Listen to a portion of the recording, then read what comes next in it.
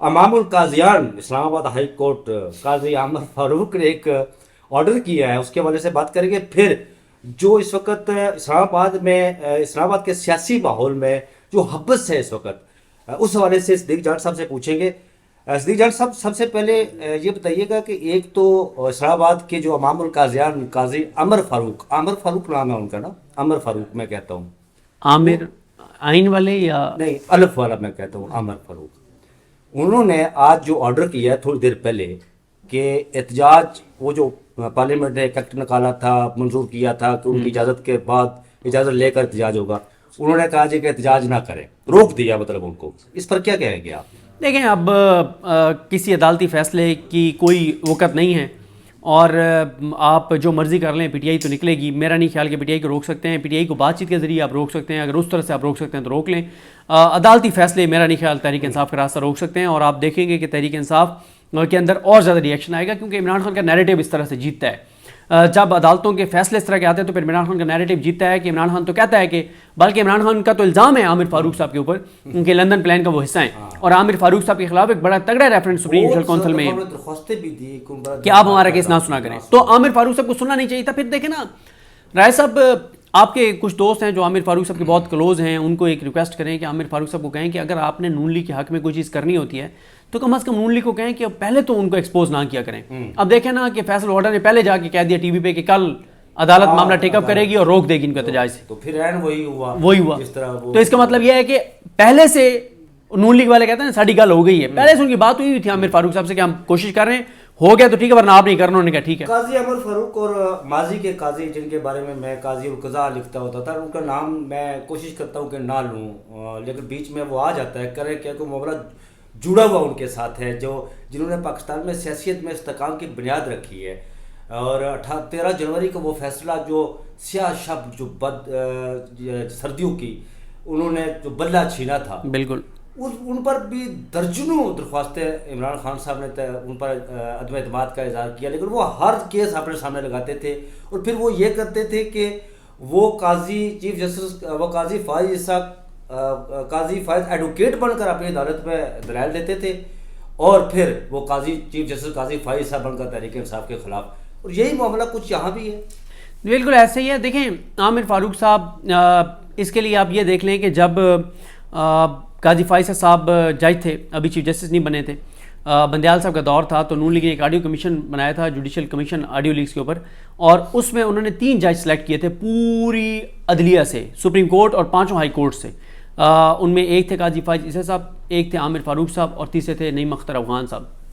تو نون لیگ نے تو پہلے سے بتایا ہوا ہے کہ ان کو کتنے یہ جج پسند ہیں. اچھا صدیق جان صاحب، ہم آتے ہیں آپ احتجاج کی طرف، اور انٹرنیشنل بین الاقوامی طور پر کس طرح دیکھا جاتا ہے. سب کنٹیننٹ کی اور دنیا کے جو لیڈران ہیں ان کی میں نے بایوگرافی پڑھی ہے، بہت سارے لیڈران کی، چرچل سے لے کر منڈیلا تک، نہرو سے لے کر عمران خان تک. نواز شریف صاحب کی خیر وہ بہو جی ہے، ان کی بایوگرافی تو حریصہ خور خاندان کی بایوگرافی نہیں لکھ سکتا، کیونکہ وہ شام کو ان کے بارے میں کہا جاتا تھا کہ بھٹو کے بارے سے کہا جاتا تھا کہ بھٹو جب شام کو بیٹھتا ڈنر کے لیے تو وہ اپنے ساتھ بٹھاتا انٹلیکچوئلس، ان سے بات چیت کرتا. تو شریف خاندان کے بارے میں بتایا جاتا ہے کہ جب شام کو ڈنر کرتے ہیں تو یہ خانسامہ ان کے ارد گرد ہوتے ہیں، پھر وہ کھانے کی تعریف کرتے ہیں. ان کی بات نہیں کروں گا میں.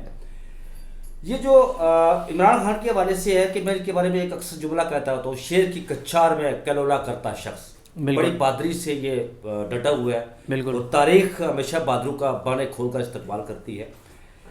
بین الاقوامی دباؤ ہے پاکستان پر عمران خان کی رہائی کے حوالے سے، اور بالخصوص ڈائنامکس جو پولیٹیکل ٹرمپ کے آنے کے بعد جو چینج ہوئے ہیں، اس پر آپ کیا کہیں گے؟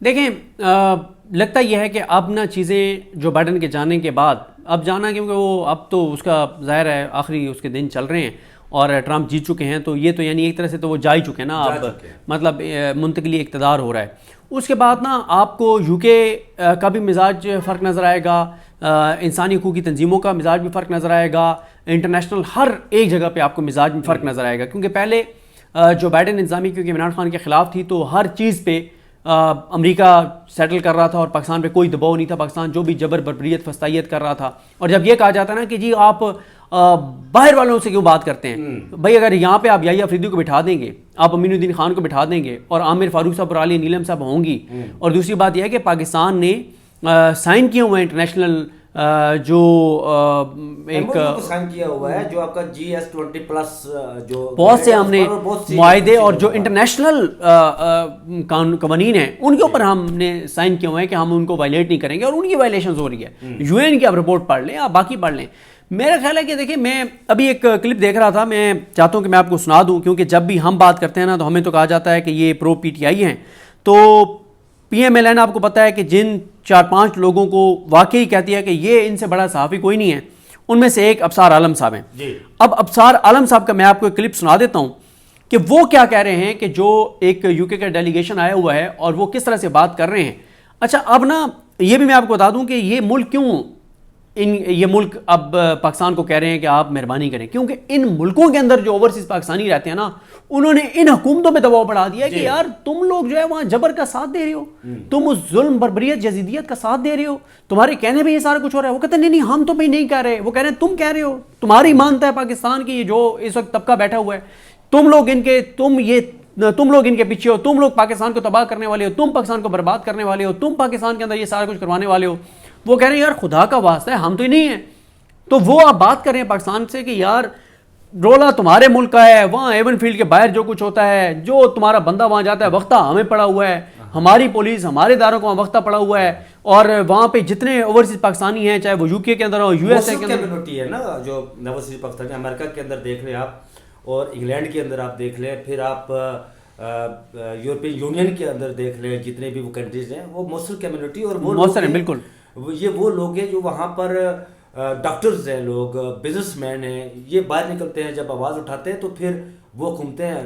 میں بالکل آپ سے اتفاق کرتا ہوں کہ وہ سوچتی ہے کہ یار یہ سارا کچھ ہو رہا ہے. وہ کلپ سنانا چاہتے ہیں. جی میں سنانا چاہتا ہوں ذرا. اب یہ ابصار عالم صاحب بتا رہے ہیں کہ کتنا دباؤ ہے اس حکومت کے اوپر, اور اگر تو یہ غلط بیانی کر رہے ہیں, کیونکہ ایک اس میں یہ بھی ہو سکتا ہے کہ یہ جو بات کرتے ہیں کہ جی وہ یہودی لابی اور فلاں, وہ خیر یہ آپ کہہ نہیں سکتے, کیونکہ ابھی آپ نے اشر باجوہ کا دیکھا ہوگا کہ اس نے بتا دیا کہ عمران خان کے کتنے ٹویٹس ہیں فلسطین کے اوپر اور اسرائیل کے خلاف, اور بہو جی کے کتنے ہیں, آپ کے بہو جی ان کے کتنے ہیں. ٹھیک ہے, ہاں بہو جی کو اگر کوئی فلسطین میں کوئی وہاں پہ نہاری کوئی اس طرح کی چیز اگر مشہور ہوتی تو پھر وہ فلسطین کی زیادہ ٹویٹس کرتے کہ فلانی چیز وہاں پہ بہت اچھی ہے, کیونکہ وہ کھانے کی مین شوقین ہے.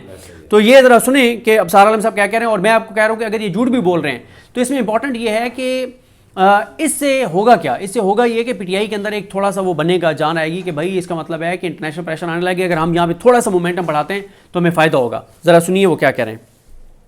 دیکھیں, ایک بہت ہائی لیول برطانوی وفد اسلام آباد میں پہنچا ہوا ہے اس وقت, اور اس برطانوی وفد کی قیادت جو ہے وہ حمیش فاکنر کر رہے ہیں, جو ڈپٹی وزیر خارجہ ہیں برطانیہ کے افغانستان اور پاکستان کے لیے.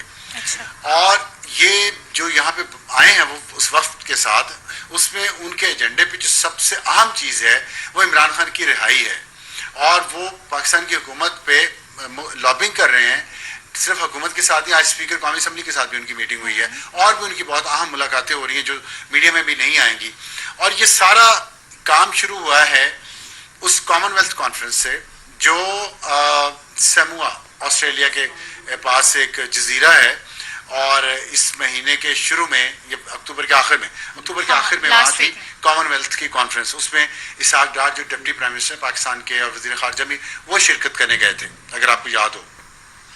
اس وقت شہباز شریف ادھر ہی تھے شاید. وہاں سے آپ کہہ رہے ہیں یہ سارا پروسیس شروع تو پچھلے سال نہیں, شروع تو 6-8 مہینے سے ہوا ہے, جب پچھلے پرائم منسٹر تھے نا برطانیہ کے رشی سونک, ان کے جو وزیر خارجہ ڈیوڈ کیمرون ہیں, وہ پاکستان آنے کا ان کا وزٹ کا پلان تھا, لیکن وہ پھر ڈیلے ہو گیا, پاکستان نے انکار کیا, پھر ڈیلے ہو گیا, پھر ان کی حکومت چلی گئی, الیکشنز ہو گئے, تو نئے وزیر خارجہ آئے, کیئر سٹارمر کی حکومت بنی, وہ وزیر اعظم ہے, ان کو عمران خان نے خط لکھا, اور اس کے بعد یہ ساری پھر وہاں MPs نے وہاں پہ ایک قرارداد بھی پاس کی, اور پھر لیٹر بھی آیا, پھر US کانگریس سے بھی. تو یہ ساری جو انٹرنیشنل لابنگ چل رہی ہے, اور یہ اس کے پیچھے یہ مقصد ہے. تو اس میں جو ڈیوڈ لامی تھے وزیر خارجہ برطانیہ کے, وہ سیموا میں اسحاق ڈار سے ملے, اور انہوں نے دباؤ ڈالا اسحاق ڈار پہ کہ آپ عمران خان کو رہا کریں.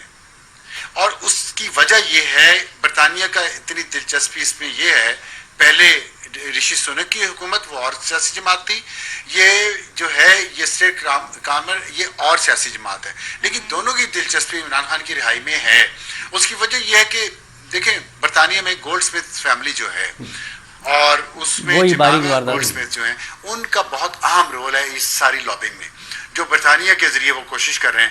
اور ابھی میں نے آپ کو بتایا جب ڈونلڈ ٹرمپ آئے گا تو اس وقت کیا ہوتا ہے, یہ ایک الگ کہانی ہے. اس کا ذکر آپ نے بہت پہلے بھی کیا تھا, آئی ریممبر ہماری پوڈ کاسٹ میں آپ نے یہ بتایا تھا کہ اس طریقے سے گولڈ اسمتھ فیملی اپنا وہاں پہ جو ان کا اثر کو استعمال کریں. وہ میڈیا کی ہم اس وقت بات کر رہے تھے, میڈیا کی, کیونکہ بہت سارے آرٹیکلز آ رہے تھے اور پھر جو وہاں کے برٹش پارلیمنٹ کے لوگ ہیں وہ بھی اس میں انہوں نے بھی اپنا حصہ ڈالا. تو اب یہ حکومتی سطح پہ یہ بات ہو رہی ہے اور حکومتی لیول پہ یہ پریشر آ رہا ہے جس کو پاکستان محسوس بھی کر رہا ہے. اس پریشر کو ایسا نہیں کہ یہ پریشر محسوس نہیں ہو رہا. اب یہ ابصار عالم صاحب کہہ رہے ہیں کہ پریشر محسوس ہو رہا ہے, حالانکہ یہ وہی لوگ ہیں جو کہہ رہے تھے کہ کوئی فرق نہیں پڑنا, یہ وہ اب یہی بات کہہ رہے ہیں کہ فرق پڑنا ہے. تو اس سے پی ٹی آئی کو ایک اور ایک انرجی ملے گی. اس کا مطلب یہ ہے کہ کانپیں ٹانگی ہوئی ہیں, جس طرح سے کنٹینرز لگا رہے ہیں, سختیاں کر رہے ہیں اور مذاکرات وغیرہ بھی آپ کریں گے. اچھا صدیق جان صاحب مجھے یہ بتائیں کہ جس وقت ہم یہ وی لاگ کر رہے تھے اینڈ بیچ میں بشرا بیگم کا ایک ویڈیو کلپ انہوں نے خطاب کیا قوم سے, اس میں بھی انہوں نے ذکر کیا احتجاج کے حوالے سے اپنی جو ان کی اسٹریٹجی تھی وہ بتائی, پھر انہوں نے جزیدیت کا بھی لفظ استعمال کیا. اچھا دوسرا مجھے یہ جو آئی جی اسلام آباد ہے, پہلے مجھے اس پر جواب دیجیے گا, پھر بشرا بیگم کے سوال پر بعد میں جواب دیجیے گا. آئی جی اسلام آباد نے ایک دھمکی لگائی ہے کہ احتجاج کرنے والے بچوں کی ڈگریاں منسوخ کی جائیں گی, فلاں ہوگا, ان کو کرمنلز اور فلاں فلاں. آئی جی اسلام آباد کو جب یہ دھمکیاں لگا رہا تھا تو شاید اس کے ذہن میں یہ نہیں تھا کہ جن بچوں کو یہ دھمکیاں لگا رہا ہے انہی بچوں کے والدین انہی بچوں کے پیٹ کاٹ کر اسے تنخواہ دے رہے ہیں. بالکل, اس پر آپ کیا کہیں گے؟ بالکل, ایک تو یہ گدڑ بھبکی ہیں, اس میں کوئی نہیں ہے. اور زرار کھوڑو صاحب کا میں ٹویٹ دیکھ رہا تھا, یہ جو کل انہوں نے مارچ نکالا ہے نا پولیس نے, نعرے شر لگا رہے تھے, تو اس پہ زرار کھوڑو صاحب نے یہ کیا کہ پچھلے جو 10 دن ہیں وہ پچھلے 10 سال کے بدترین 10 دن تھے دہشت گردی کے حوالے سے, کہ 60 ہمارے سیکورٹی فورسز کے جوانوں کی شہادتیں ہوئی ہیں 10 دن میں.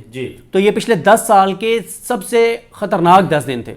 اور یہ دھمکیاں کس کو نکالا گیا؟ اپنے نہتے عوام کو. یہی ذرا دہشت گردوں پہ دھمکیاں لگائے نا یہ آئی جی اسلام آباد, ذرا دہشت گردوں پہ ریڈ کرے نا, ذرا پکڑے نا دہشت گرد کے فلانا دہشت گرد پکڑ لیا, فلانا طالبان پکڑ لیا, وہ تو نہیں ہے. تو یہ ایک افسوسناک صورتحال ہے. ان کا فوکس سارا عوام کے اوپر ہے, نہتے لوگوں کے اوپر ہے. دہشت گردی اور دہشت گردوں پہ ان کا کوئی فوکس نہیں ہے, اس لیے دہشت گردی بڑھتی چلی جا رہی ہے.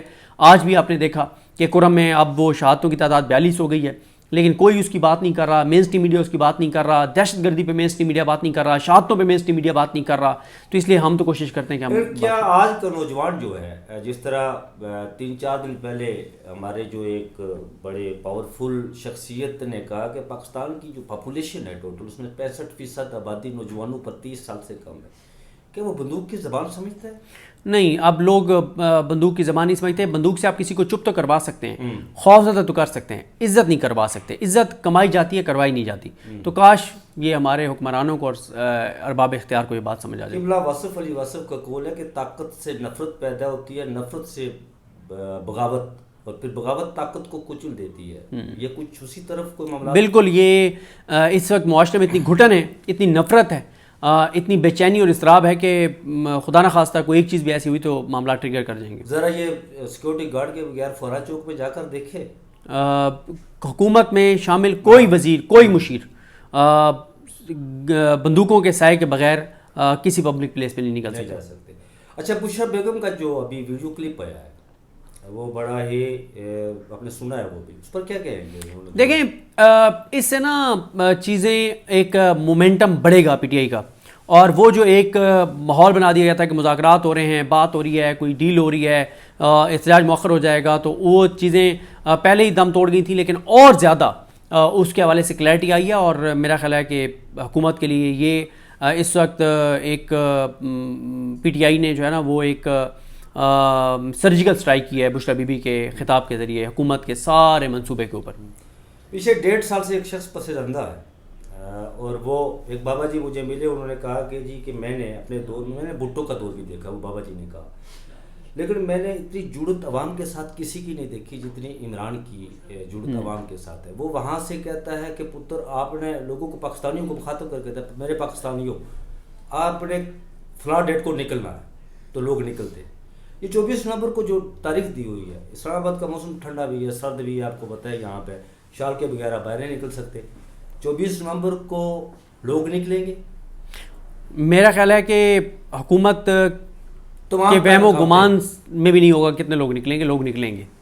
یہ سر میں آپ کو بتا رہا ہوں, لوگوں کی بات سمجھ آ رہی ہے کہ اگر ہم نہیں نکلیں گے تو ظلم, جبر, یزیدیت, فسطائیت پورے پاکستان فیس کر رہا ہے, مہنگائی, بے روزگاری پورا پاکستان فیس کر رہا ہے, صرف پی ٹی آئی والے فیس نہیں کر رہے. تو یہ 24 نومبر کی کال پی ٹی آئی کے لیے نہیں, یہ پاکستان اور پاکستانیوں کے لیے. اور اگر یہ ناکام ہوتی ہے تو اس کی قیمت جو ہے وہ پی ٹی آئی تو ذہنی طور پہ تیار ہے, پاکستان کے لوگ ادا کریں گے, جتنے ان کے اوپر ٹیکس لگیں گے, جتنی مہنگائی بڑھے گی, جتنی تباہی اور بربادی پھرے گی. تو میرا خیال ہے یہ پاکستانیوں کے لیے بڑی امپورٹنٹ. کیا آپ کا اس بات پر بلیو ہے کہ پاکستان میں جو کچھ ہوتا ہے, جو دکھائی دے رہا ہوتا ہے وہ اصل میں ہوتا نہیں, اور جو ہو رہا ہوتا ہے وہ دکھائی نہیں دیتا؟